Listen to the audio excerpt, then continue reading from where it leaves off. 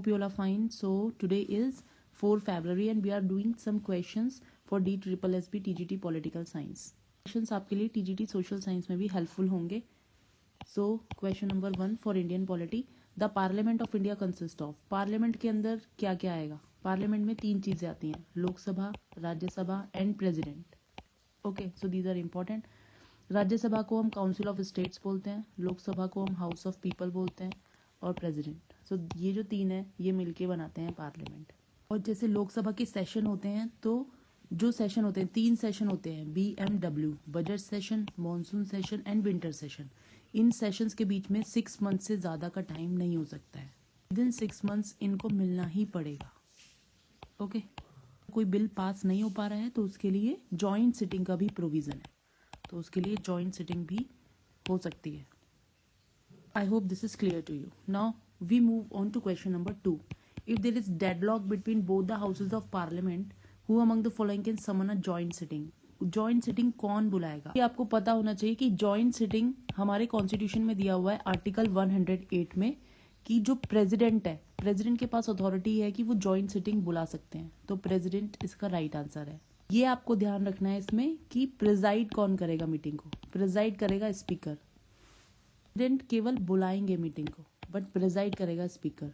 Okay now let us move to question number 3. What is the term of the governor's tenure. Governor का tenure कितना है? इसका correct answer 5 years है. Governor का tenure 5 years होता है, बट गवर्नर को टर्मिनेट किया जा सकता है कभी भी. टर्मिनेट कौन करेंगे? टर्मिनेट कर सकते हैं प्रेसिडेंट. प्रेसिडेंट के पास पावर है कि वो गवर्नर को कभी भी टर्मिनेट कर सकते हैं on the advice of council of minister. Council of minister की एडवाइस पर ही वो टर्मिनेट कर सकते हैं गवर्नर को. प्रेसिडेंट को उसका रीजन देना पड़ेगा कि उन्होंने टर्मिनेट क्यों किया है गवर्नर को. गवर्नर की जितनी भी पावर्स हैं वो आर्टिकल 153 में आती हैं. 153 से लेके 162 आर्टिकल में गवर्नर की सारी पावर्स आती हैं. ओके और इसको पार्ट 6 में रखा गया है. आर्टिकल 153 बोलता है कि एक गवर्नर होगा एक स्टेट के लिए, ठीक है. बाकी 2 स्टेट के लिए भी एक गवर्नर हो सकता है. ओके एक ही पर्सन को अपॉइंट कर सकते हैं governor of 2 states. Now let us move to question number 4. Which part of the constitution deals with citizenship. Citizenship का पार्ट है 2, ये आपको लर्न होना चाहिए. पार्ट 1 में इंडिया एंड द स्टेट्स आ जाते हैं. सिटीजनशिप पार्ट 2 में आता है. के लिए है article 5 to 11. Just keep this clear in your mind.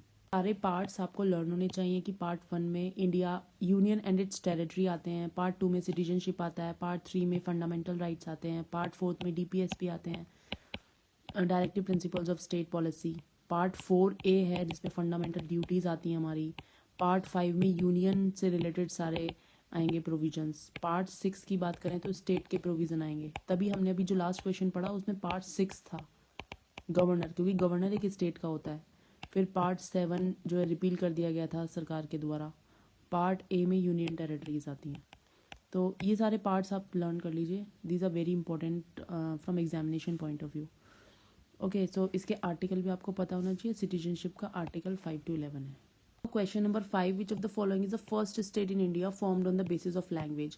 Language के बेसिस पर जो स्टेट बना सबसे पहला, it is very much clear, Andhra Pradesh. Andhra Pradesh ऐसा पहला स्टेट था जो लैंग्वेज लिंग्विस्टिक बेसिस पर बनाया गया था. ये बना था अक्टूबर 1, 1953 में. और यहाँ पर तेलुगु स्पीकिंग पीपल रहते थे जो तेलुगु बोलते थे, तो उन लोगों का एक स्टेट बना दिया गया जिसका नाम रखा गया आंध्र प्रदेश.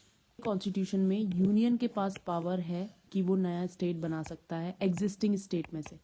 कोई स्टेट जैसे आपने देखा होगा कि यूपी में से उत्तराखंड बना, ओके बिहार में से झारखंड बना, MP में से छत्तीसगढ़ बना. तो यूनियन के पास पावर है कि वो एग्जिस्टिंग स्टेट्स में से और दूसरे स्टेट्स बना सकता है, या फिर किसी स्टेट को मर्ज करना है तो वो मर्ज भी कर सकता है. ओके और ये जो पूरा प्रोसेस होता है इसको हम बोलते हैं रीऑर्गेनाइजेशन ऑफ स्टेट. तो रीऑर्गेनाइजेशन स्टेट का बहुत तरीके से हो सकता है. जैसे लिंग्विस्टिक बेसिस पे हो सकता है कि जो लोग सेम लैंग्वेज बोल रहे हैं उनका एक स्टेट बना दिया जाए, या रिलीजियस बेसिस पे हो सकता है कि जिनका रिलीजन सेम है उनको एक स्टेट बना दी जाए, या एथनिसिटी पे हो सकता है उनकी एथनिसिटी क्या है, और एडमिनिस्ट्रेटिव ग्राउंड पे भी ये हो सकता है. तो इसके काफ़ी सारे बहुत सारे रीऑर्गेनाइजेशन करने के तरीके हैं. तो हमने लिंग्विस्टिक बेसिस पे ऑर्गेनाइजेशन किया अपने कंट्री में इंडिपेंडेंस के बाद। ओके तो ये जो ऑर्गेनाइजेशन ऑफ स्टेट की हम बात करते हैं रीऑर्गेनाइजेशन की, ये हमें आर्टिकल 3 प्रोवाइड करता है। इसमें पूरा प्रोसीजर दिया हुआ है किस तरीके से रीऑर्गेनाइजेशन होगा स्टेट्स का।